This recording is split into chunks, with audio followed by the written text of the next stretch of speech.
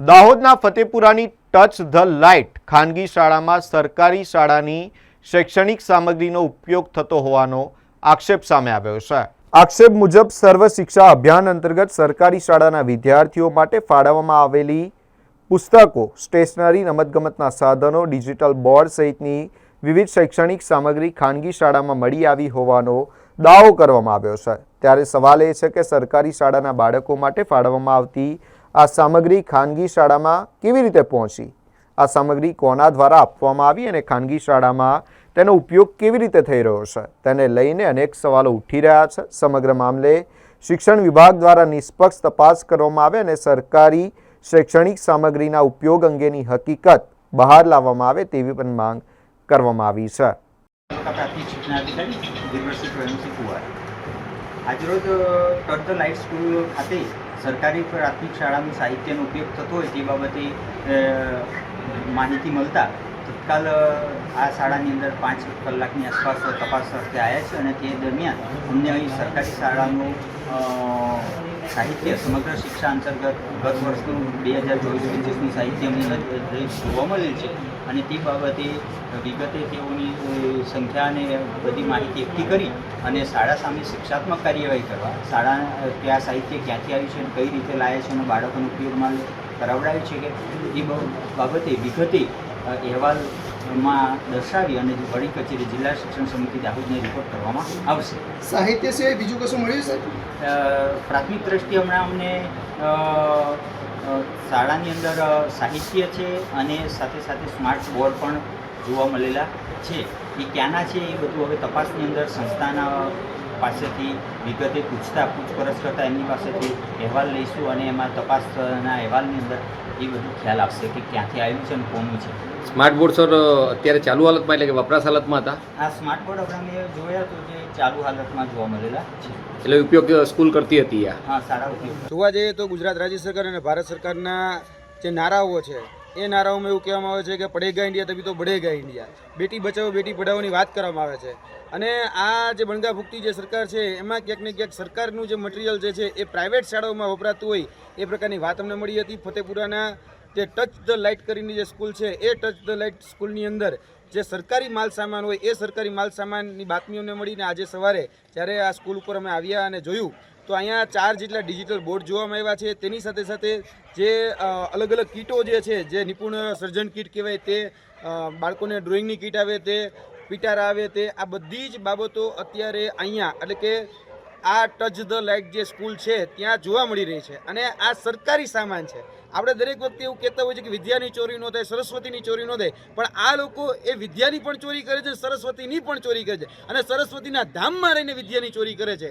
આ ક્યાંક ને ક્યાંક જોવા જઈએ તો ફક્ત બેદરકારી કે લાપરવાહી નથી, આની ઉપર ફોજદારી ગુનો દાખલ થવો જોઈએ કેમ કે જાણી જોઈને સુનિયોજિત કાવતરું રચી જે સરકારી બાળકો છે એટલે કે કહી શકાય સરકારી શાળાના જે બાળકો છે એને મળવા પાત્ર જે સામાન હોય એ સામાનનો ગેરઉપયોગ કરી અને પોતાની ખાનગી શાળામાં આ સામાન આપવામાં આવી રહ્યો હતો।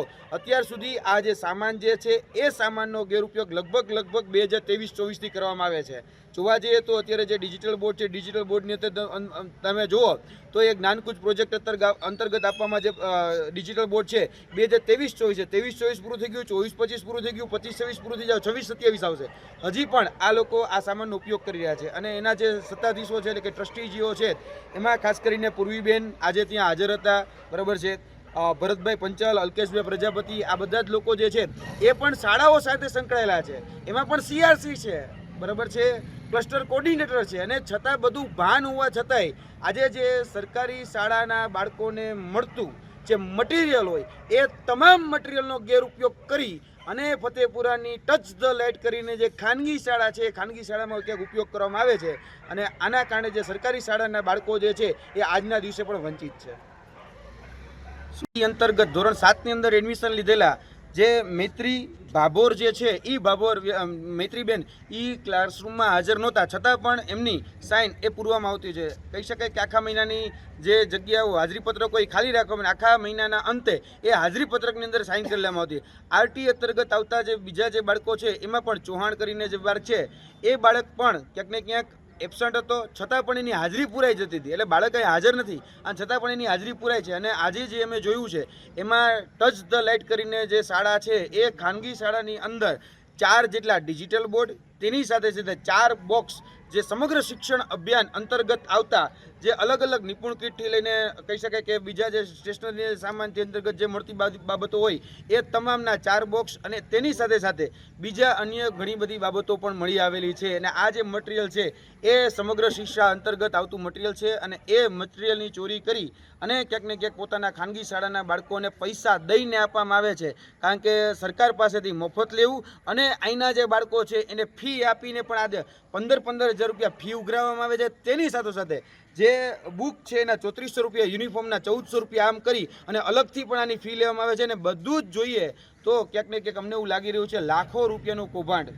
એ આમાં કરવામાં આવેલું છે. કારણ કે એક ડિજિટલ બોર્ડની જો પ્રાઇસ જોવા જઈએ તો લગભગ લાખ રૂપિયાની આજુબાજુ તો પ્રાઇસ હશે જ. એટલે 4 લાખ રૂપિયાનો તો ખાલી બોર્ડ થઈ જાય. એને મળતા 3 લેપટોપ હોય કે બીજા અન્ય જે કહી શકે સામગ્રી જે મટીરિયલ છે એ લગભગ લાખો રૂપિયાની સરકાર સાથે છેતરપિંડી કરી અને આ ટચ ધ લાઇટ જે ફતેપુરા ખાતે આવેલી જે ખાનગી શાળા છે તેમાં ઉપયોગ કરવામાં આવે છે. અને માહિતી મળી કે આ ટચ ધ લાઇટ ફતેપુરા આવેલી જે ખાનગી શાળા છે એ ખાનગી શાળાની અંદર સરકારી શાળાનો મટીરિયલ ઉપયોગ કરવામાં આવે છે. ત્યારે અમે આ સ્થળ ઉપર હાજર થયા ત્યારે અમે અહીંના સ્થાનિક જે ડીઈઓ જે છે એને પહેલાં જાણ કરી, ડીઓને જાણ કરી, અહીંનું જે સ્થાનિક તંત્ર છે એમાં ખાસ કરીને વહીવટી તંત્રમાં મામલતદારશ્રીને જાણ કરી. ત્યારબાદ જે પ્રશાસન તંત્ર છે અહીંના જે પીઆઈ જે છે એ પીઆઈને જાણ કરી. અત્યારે જોવા જઈએ તો પોલીસની ટીમ અહીંયા ઉપસ્થિત છે અને પોલીસની ટીમ છે એ તમામ માલ કબજે લેવા માટે અને પંચનામું કરે છે. અને ત્યારબાદ જોવા જઈએ તો આ જે મુદ્દામાલ છે એ મુદ્દામાલ કબજે લેવામાં આવે એવી અમારી માંગણી છે.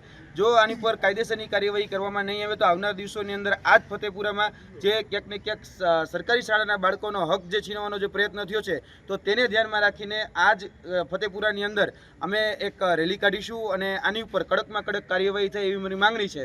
જો માંગણી સ્વીકારવામાં નહીં આવે અને ખાસ કરીને આવડા મોટા હોદ્દાઓ સંભાળે છે, સંઘની અંદર મોટો હોદ્દો છે, જોવા જઈએ તો આચાર્ય ઓલરેડી સ્કૂલના છે, ક્લસ્ટર એટલે કે CRC છે ને આ બધા જ હોદ્દેદારો આ સ્કૂલમાં આવીને જ્યારે બેસે છે ત્યારે એને બધી જ ખબર હોવા છતાં એની ઉપર પણ ખાતાકીય તપાસ થવી જોઈએ એ આ અમારી માધ્યમથી માંગણી છે. જો ખાતાકીય તપાસ નહીં થાય તો આવનાર દિવસોની અંદર અમે PMO હોય, CMO હોય, એજ્યુકેશન મિનિસ્ટર દેશના હોય એ બધાને ફરિયાદ કરીશું. અને આવનાર દિવસોની અંદર ફતેપુરાના તમામ જે સામાન્ય નાગરિકો છે, જનતાઓ છે એને સાથે લઈને આંદોલન કરવામાં આવશે.